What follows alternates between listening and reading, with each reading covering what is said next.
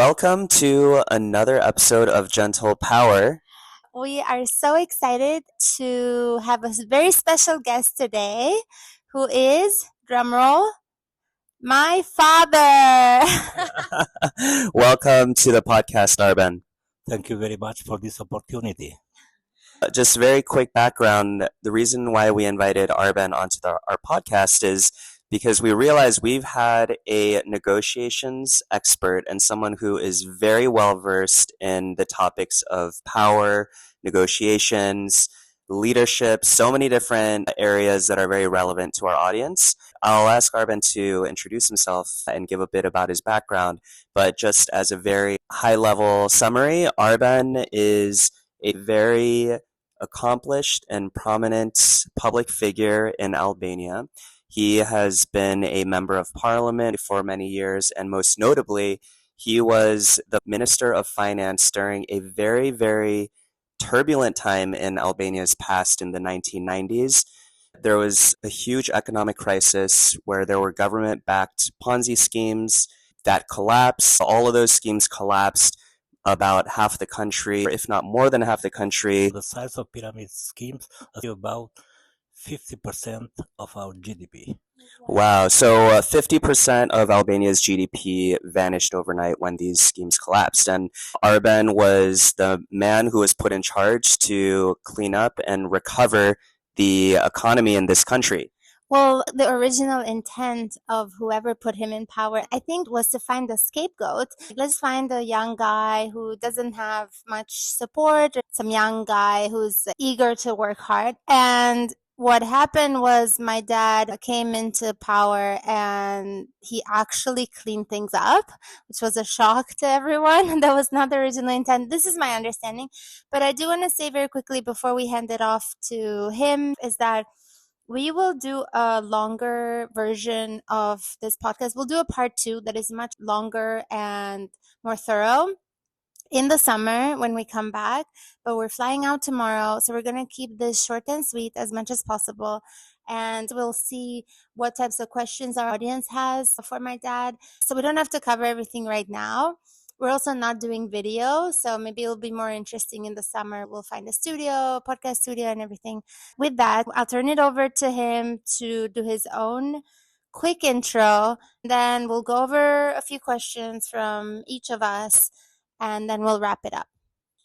Great. And I realized we never said your full name. Arben Malaj, welcome to the pod. And if you could give us just a 1 to 2 minute intro on your background. I propose you give us a very high level highlights as well as what relevant negotiations very broadly you have worked on. I know there have been some international government relations, big deals he has been involved with, so we can go into that. Thank you again. I'd like to introduce myself in some milestones in my life. Born in a small village close to Vlora, about 10 kilometers far. I grew up in a big family with 9 children. I studied in elementary school in my village, but during the communist system it wasn't possible to go to university, no more than 2 persons per family. I had 2 brothers who studied for agriculture in university, and I didn't have any opportunity to study in university. For this reason, I worked 6 years in agriculture, and during this period, I went to something like Harvard Extension School. Yeah. Yeah. Is that what it's called, like night school? Yeah. I worked, and from 2 o'clock, I walked to my high school in Vlora city, which is one of the best schools for economics. And I studied in this way for 4 years. What my dad is saying, in case it's unclear, basically back during communism, only 2 kids per family could get higher education, or even high school, or just university. For high school, it was more flexible, but again, they have some limits. But for university, it was impossible. He's saying that only 2 children per family could get a higher education during communism. My dad had 8 siblings, and my dad is somewhere in the middle. And the oldest 2 sons had already sort of filled the quota. They went to university, and so my dad could not. He was not supported by, I guess, the government. What he did was he worked instead for 6 years in agriculture, and he was doing some sort of evening school. And because he grew up in a village, he had to walk, 10 kilometers, which is, I think, around 6 miles. 2 hours walking to school and 2 hours walking back, 3 times a week. Before 1990s, Albania has only 5,000 cars, and 95% of them was public. He had to walk because there were no cars, basically. I remember him saying this was very hard. And actually, a few years ago, he wanted to do almost like a pilgrimage, doing that walk in honor of when he used to do that as a young adult. Maybe an idea for a future family vacation, especially because for those who know Gerta, she loves to walk everywhere. And I think that's maybe where she gets it from, like father, like daughter. Yeah, exactly. So how old were you when you were doing the walk? About from 16 years. 16 years old to 20 years old for 4 years doing evening school. His peers were going to a normal sort of university experience, but my dad had to work instead. And so he was just taking the classes. And then what happened? I won opportunity to study in economic faculty of Tirana from 1982 to 1986. I studied economy and finance in the faculty for economy in Tirana. I was part of 0.5% of the best students. I had support from my professors. They invited me to work in the Central Bank of Albania, but I taken decision to go to National Commercial Bank in Vlora to be close to my parents and my family. For about 6 years, I worked in National Commercial Bank, in agriculture, far from Vlora. Many difficulties because my first ambition was to become a lecturer. Your dream at that age, when you were in university, your biggest dream was to become a lecturer at university. But in that time, the political control. What he's saying is that he wanted to become a lecturer, but the Communist Party back then was very strict about not only your background, but your family's background as well. And I think someone in your family had disagreed with the Communist Party, and so they weren't supportive for my dad to become a lecturer. And so he went into the banking system instead. Yeah, I worked 6 years in banking sector. After that, in 1993, I was invited to work for the first program of EU to support medium and small enterprises. And I was chosen to get a training program in US about this kind of public policy, how to support small and medium enterprises. Where did you go? In upper New York. It was a February. The snow was very cold. From there, what happened? First, in 1992, I was a candidate from Socialist Party to be mayor of Vlora, my home city. How old were you? 31. Wow. Yeah. I'm learning some of these. I'm absorbing them for the first time. I've heard them many times before. So at this point, he's 31. He's a rising star in the banking system in Vlora. And people now are talking about him becoming mayor of Vlora. Vlora is probably the second or third largest city in Albania and the most prominent city in the history of Albania and southern part of Albania.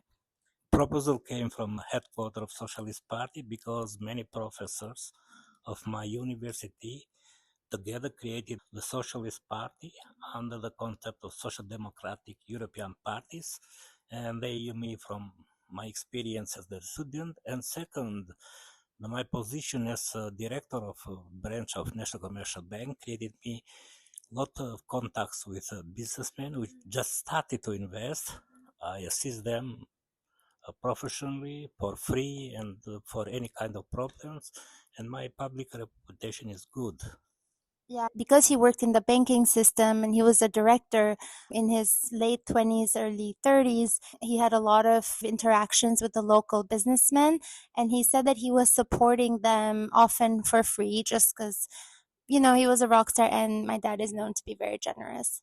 90, no, I won the first round, but in second round, the member of the new party. So he passed the first round. He got more votes than the other candidate, 6% more, but I guess somehow the votes got lost in the second round. Yeah. In 1997, the pyramid schemes have some problems. Government doesn't take any action to stop them. And based in communist culture in Albania, population is that which government doesn't stop is legal. At the same time, the president of Albania mentioned in TV, and people increase involvement in the pyramid schemes. To clarify, in the 90s, we had pyramid schemes in Albania. The president at the time, he went on TV, and the things that he was saying were implying that he had everything under control. So people, not only did they get involved, but they doubled their investments in the Ponzi schemes. And at some point in 1997, things collapsed, obviously. And we actually had a civil war. I remember in 1997, I was, I think, first grade, and because of the turmoil and all that, my first grade of school was only a couple months, and the rest of it, we couldn't go to school. It was not safe. People went into the armed depots and started just like embassies left Albania immediately. It was not safe at all. Everyone was armed, extremely angry and combative, and we couldn't go to school. So my first grade, I did it all on TV. They would do all the lessons on TV. You did remote school before COVID, many years before COVID. Yeah, before Zoom.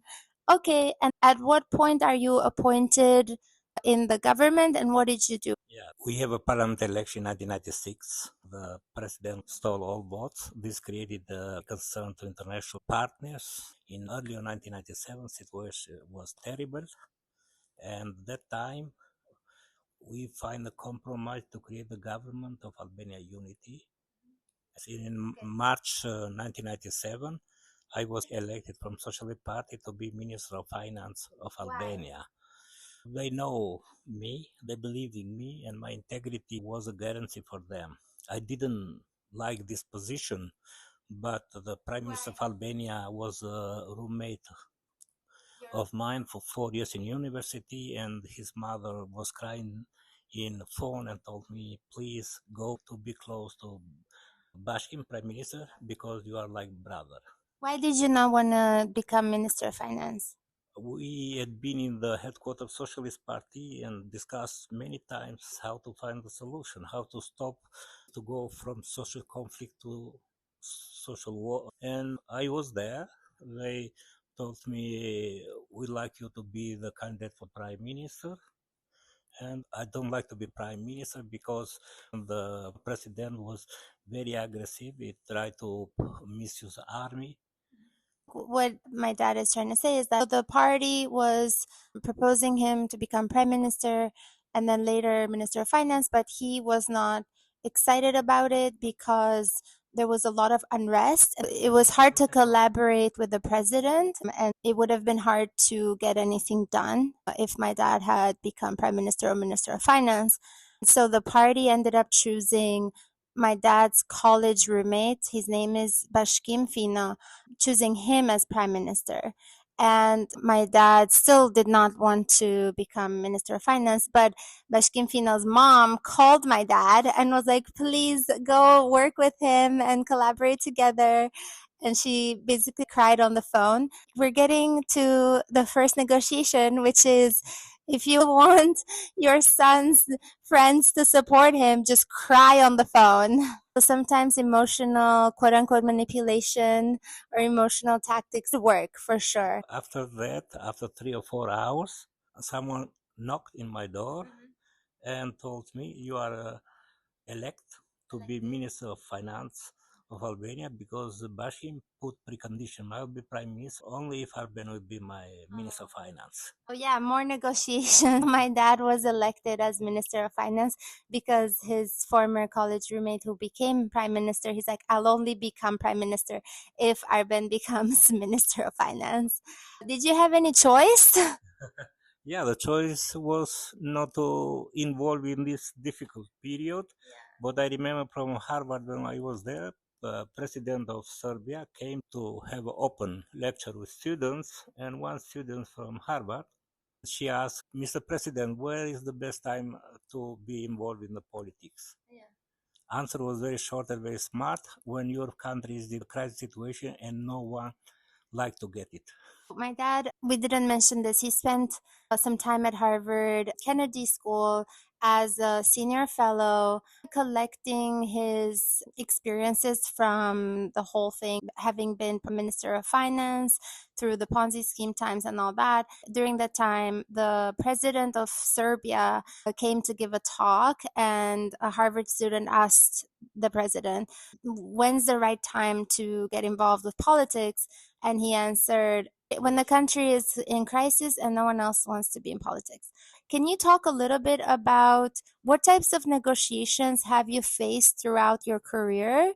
We'll just stay high level this time and we can go deeper in the summer. Let's start from the one crucial moment.